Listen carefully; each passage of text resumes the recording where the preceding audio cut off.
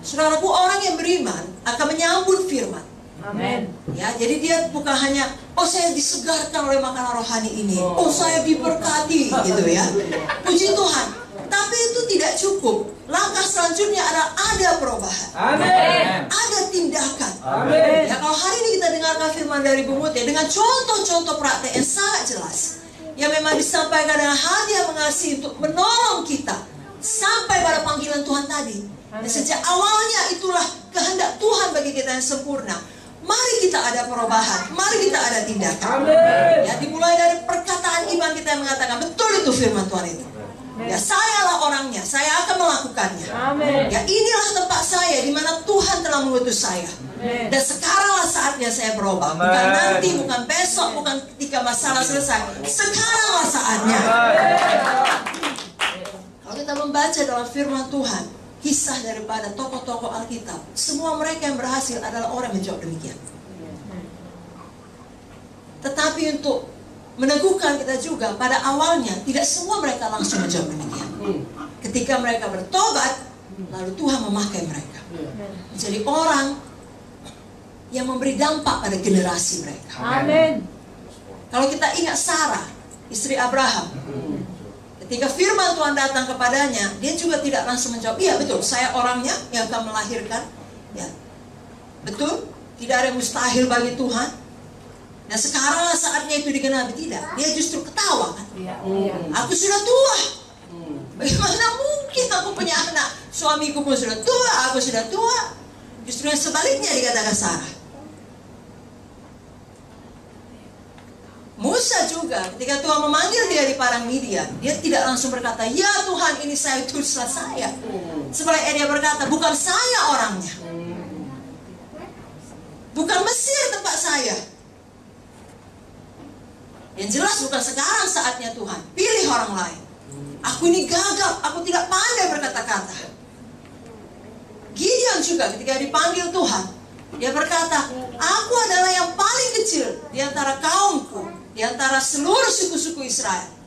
Tapi apa kata Tuhan? Kaulah pahlawan yang gagah perkasa. Saudaraku, baik Sarah, baik Musa, baik Gideon, akhirnya bertobat. Dan kita tahu, lagi dalam kisah Gideon, hanya dengan 300 orang mengalahkan musuh yang begitu banyak. Saudara bukan perlu semua orang. Saudara hanya perlu orang yang Tuhan mau sama saudara. Saudara tidak perlu meyakinkan semua orang. Ada bagian kita masing-masing. Dan saudara, kita tidak perlu terlalu tinggi hati atau serakah. Itu bukan jalan Tuhan, tapi ada panggilan kita.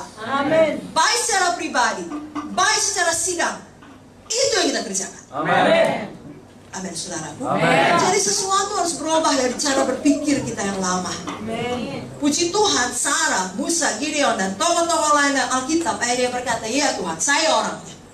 Ini tempat saya. Artinya, betul, ini panggilan Tuhan, saya kerjakan maksud Tuhan. Amin. Dan mereka tidak lagi menunda-nunda, mereka bertindak dengan iman. Sekaranglah saatnya. Lalu hidup mereka memberi dampak yang luar biasa. Amin.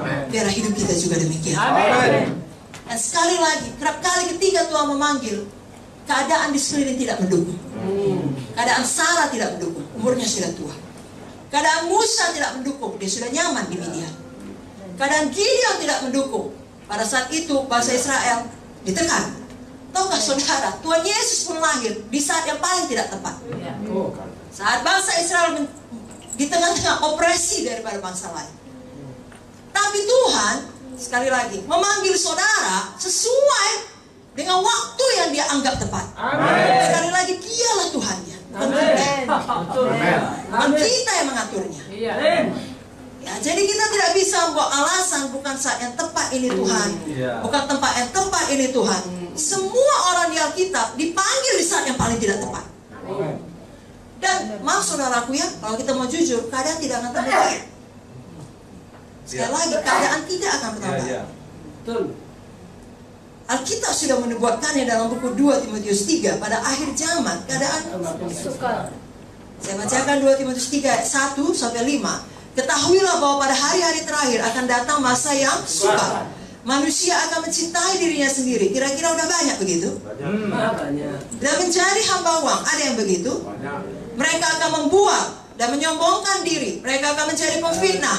Mereka akan berontak terhadap orang tua dan tidak tahu berterima kasih, tidak mempedulikan agama, tidak tahu mengasihi, tidak mau berdamai, suka menjelekkan orang, tidak dapat mengekang diri, garang, tidak suka yang baik, suka mengkhianat, tidak berpikir panjang, berlagak tahu, lebih menuruti hawa nafsu daripada menuruti Allah. Secara lahiriah mereka menjalankan ibadah mereka, tapi pada hakikatnya mereka memungkiri kekuatannya. Jauhilah mereka itu. Tuhan bahkan tidak berkata, janganlah kau menjadi kecewa oleh mereka, jangan kau syok, ya, atau jangan berusaha mentobatkan mereka. Jauhilah mereka itu. Kenapa? Karena saudara harus memastikan saudara maju di dalam panggilan Tuhan. Amin. Dan biarlah Roh Kudus bicara kepada kita masing-masing. Amin. Amin, saudara. Amin. Kita bukan hanya menjawab panggilan Tuhan sekali, katakanlah ketika kita altar call, atau yang berikutnya ketika kita menjadi hamba Tuhan, menyerahkan hidup sepenuh waktu. Tidak. Kita menjawab panggilan Tuhan terus-menerus dalam hidup kita. Amin. Mana kita tidak berhenti dalam satu titik yang kita anggap sudah cukup, saya sudah nyaman. Saudaraku, dunia ada di dalam kegelapan. Justru makin jahat satu tempat, Tuhan makin butuh saudara di sini. Amin.